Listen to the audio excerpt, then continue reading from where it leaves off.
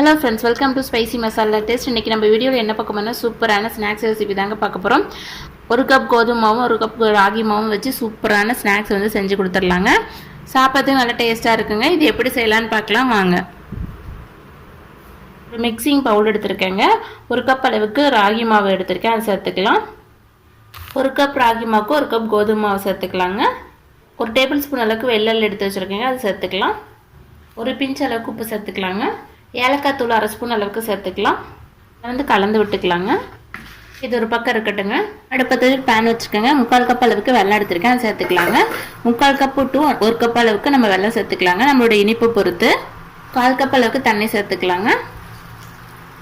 வெல்லம் வந்து பாகுபதெல்லாம் எதுவும் தேவையில்லைங்க, கரைஞ்சி வந்தால் போதும். இங்கே பாருங்கள், வெல்லம் வந்து கரைஞ்சி வந்துருச்சு. இப்போ ஸ்டவ் ஆஃப் பண்ணிடலாங்க. மாவு எடுத்துட்டுருக்குறீங்களா, அதில் வந்து வடிகட்டி சேர்த்துக்கலாங்க. ஒரு கரண்டி வச்சுட்டு மிக்ஸ் பண்ணிக்கோங்க. ஏன்னா நம்ம சூடாக சேர்த்துருக்கோம் இல்லைங்களா வெள்ளைப்பாகு.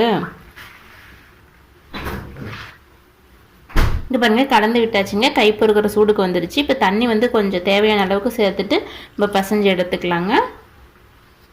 சப்பாத்தி மாவு பதத்துக்கு வந்து பசஞ்சு எடுத்துக்கலாங்க. லைட்டாக மட்டும் தண்ணி தெளிச்சுக்கோங்க.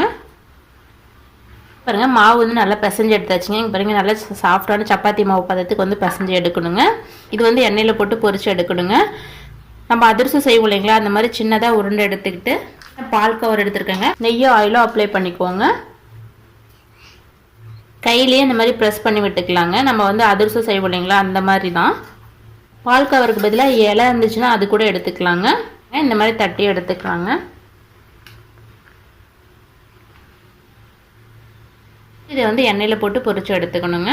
அடுப்பத்தில் கடாய் வச்சு எண்ணெய் ஊற்றிக்கோங்க. எண்ணெய் சூடாகிடுச்சு. இப்போ நம்ம செஞ்சு வச்சோம் இல்லைங்களா, அதை வந்து இதில் சேர்த்துக்கலாம். நம்ம பூரிலாம் செய்வோம் இல்லைங்களா, அது மாதிரி நம்ம எண்ணெய் வந்து மேலே தெளித்து விடுங்க. இங்கே பாருங்கள், பூரி மாதிரி நல்லா எலும்பி வந்திருக்கு. இன்னொரு சைடு திருப்பி விட்டுக்கலாங்க.